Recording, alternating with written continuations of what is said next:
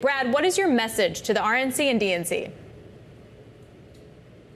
Well, my first message is really that this should have never really become a partisan issue. I think all of us should embrace technical innovation, and these are technologies that truly can transform the cost and efficiency of financial transactions particularly. And so our message is really that we as an industry want to be regulated. We want to have the clarity of that regulation. And it's been refreshing to see the Republican Party kind of lean into that as part of their platform. You've definitely seen crypto move towards President Trump. Why? What is the Biden administration doing that's so wrong that crypto guys don't like it?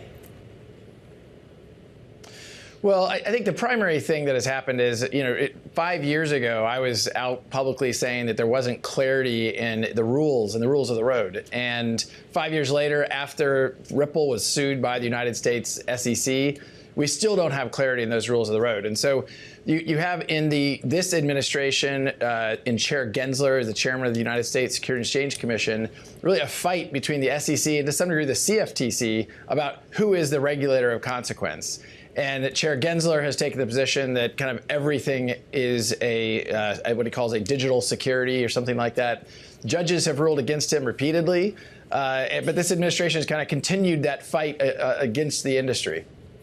What's your conversations that you're having right now with the existing administration? I mean, you referenced some of those lawsuits, and of course, I think it was last July where you at least had that partial victory in that case, and ultimately, more or less, that worked out in your favor, depending on all the legal avenues here. But we talk about an administration that actually seems to now have pulled back. Maybe they got the message, but what conversations are you having with them about the structure of regulations, how they may morph and how they may change going forward?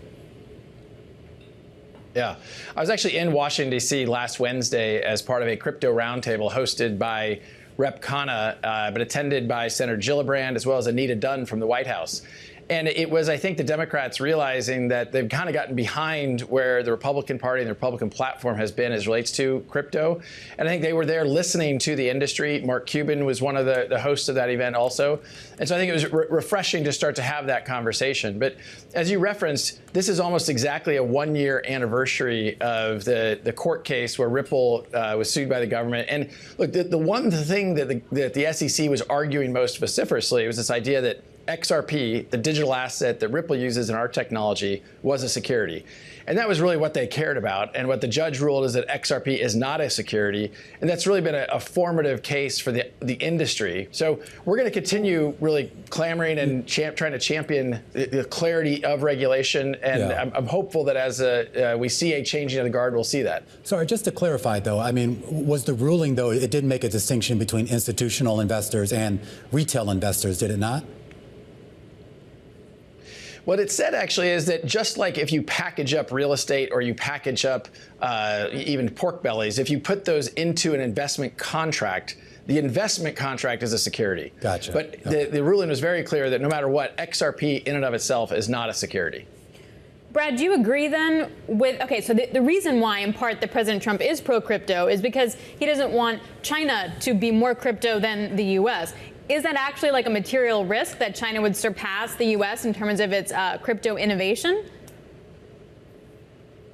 Well, I can't speak to China specifically, but what we are seeing is whether it's the UK, Japan, Singapore, I mean, even the European Union, more than 24 countries have come together to create a framework to provide crypto regulation. They call it MiCA.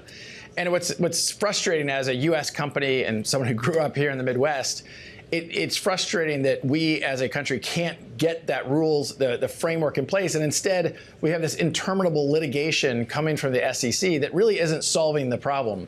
Well, we went to court and spent over $150 million in 3 years of our time arguing that in the court and prevailed. We can't do that with every single token. And so we have been advocating, and there is legislative momentum, both on the Democratic and Republican side of the House. Something passed the House just recently called the FIT 21 Act.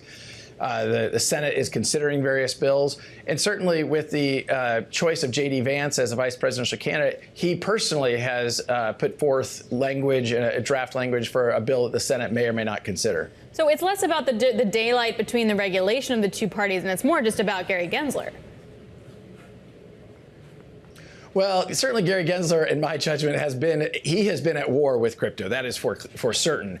But it's also I think a tone from the overall Biden administration. The OCC certainly has been anti-crypto. You're seeing other elements of the banking industry really take a kind of an anti-crypto point of view, which hasn't, I don't think, served us well. And to Romaine's question earlier, I think, we as a country have benefited immensely from being the heart and center of the internet.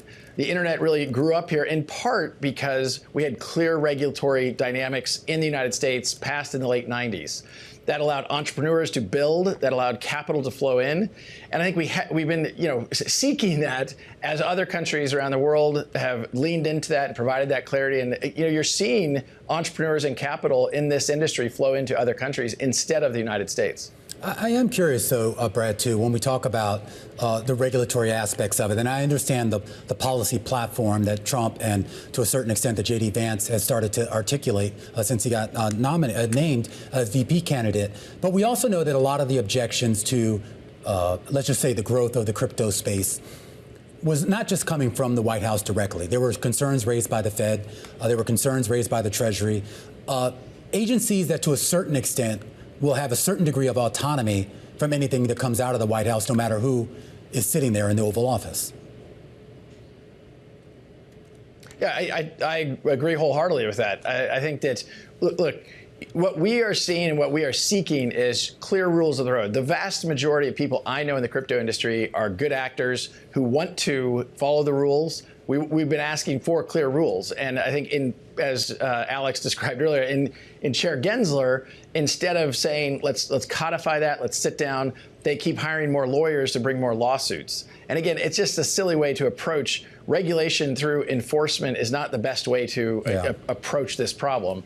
And that's why we've been working with people on Capitol Hill. And again, on both sides of the aisle, it just happens to be this became partisan for maybe good and bad reasons, and you're seeing the Republicans kind of lean into it more so than the Democrats. We only have about 30 seconds left, Brad, but I am curious here about your relationship with the SEC. Are you in settlement talks at all with the agency right now?